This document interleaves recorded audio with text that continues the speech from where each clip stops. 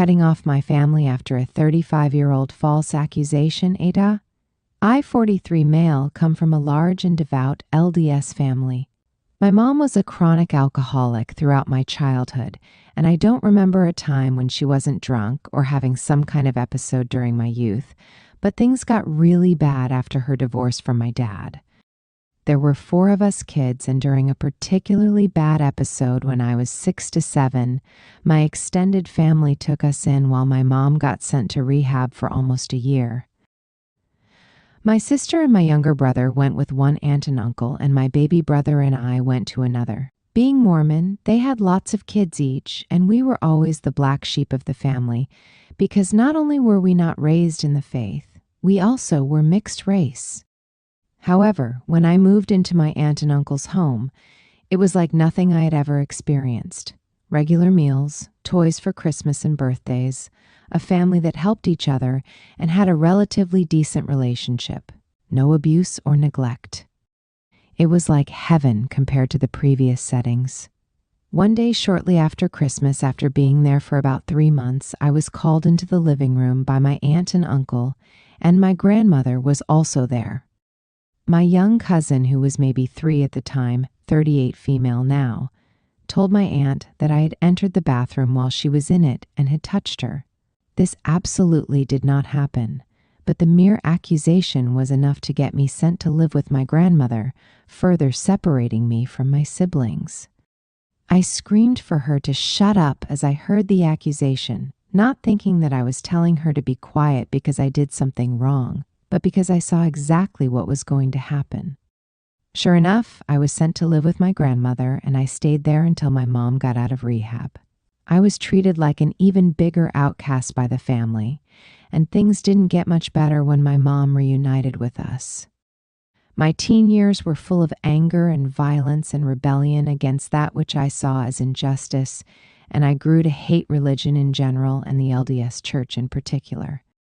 I didn't see my cousin who accused me until I was 17, and by that point, I hated her with a burning passion. It has taken many years and lots of therapy to get to the point I am now where I can internalize my anger and disgust with her and forgive her a little. She was 3 and I was a messed up poor kid who was taking her parents' attention and wasn't even her sibling. She didn't know at the time what was going to happen. Fast forward about 35 years, and now I have my own kids and a divorce under my belt and have remarried. I have always tried to do right and have my sense of justice lead the way for me. Well, my grandmother, who was the one stable adult in my life, passed away at 96. Her clan is enormous, and because of her help and contributions to my development, I felt it right to pay my respects before she passed. I visited her last year and was invited by my uncle to stay at his house while we visited. My uncle is one of the sweetest and nicest people I have ever known. His wife, on the other hand, this woman is gossiper and chief of her ward's relief society. As I was over at my grandmother's place with my sister, who had also come to pay her respects, to talk to her about her hospice care, my aunt begins to regale my current wife with the story of my accusation when I was 7. She did this in front of my kids, and niece and my uncle just leaned forward and buried his hands in his face as she did. Thank God I had told my wife already about this, and she immediately rose to my defense. What if she didn't know, though? What if I hadn't disclosed this because of the stigma surrounding those who have been accused? I was not informed until I returned that my aunt had run her mouth about this story, and I was on my way home across the state. I was livid, and it took me several days to confront my uncle about it in an email. I aired my grievances and again denied the accusations, and I feel that the conversation we had afterwards was constructive, and he said he believed me. Fast forward again to January. My grandmother passed, and I was chosen to be a casket bearer at her funeral. My family and sister all came to her funeral, and at the viewing, my cousin who had accused me approached as I was speaking to her dad, my uncle. He said, "Look who it is," and she gave me a curt, So I returned the greeting. It was incredibly awkward, and if I had been 20 years younger, I would have punched her right in the face. Who the fuck was she to be so fucking rude? It was my life and reputation that had been ruined due to her lies.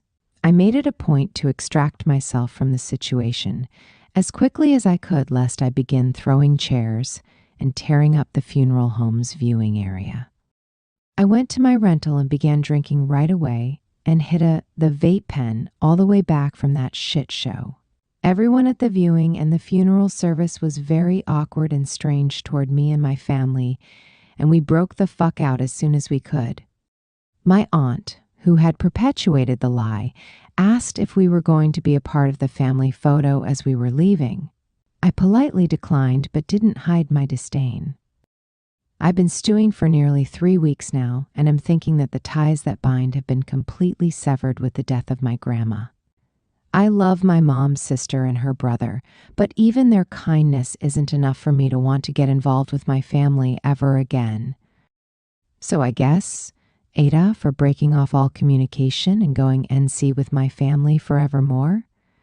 TL Doctor is going NC with my family over an accusation that I was innocent of over 35 years ago, a good reason to say, you bitches are all dead to me. Commenters, NTA. There's a part of me that has to wonder if someone convinced your 3-year-old cousin that you were inappropriate with her and coached her what to say. And having that story repeated all of this time, your cousin truly believes it happened. Honestly, going NC with your family, and especially that gossipy aunt, is probably the best decision you'll ever make. Now that your grandmother is gone, there's no need for you to ever have to interact with these people again. I had the same thoughts about the situation, and I wondered how much others in my family had input into the process. Who gives a shit if this kid falls through the cracks, right? Joke's on those people. Never went to prison, never went to rehab. I have a relatively good life, all things considered. I am still messed up, but I own it.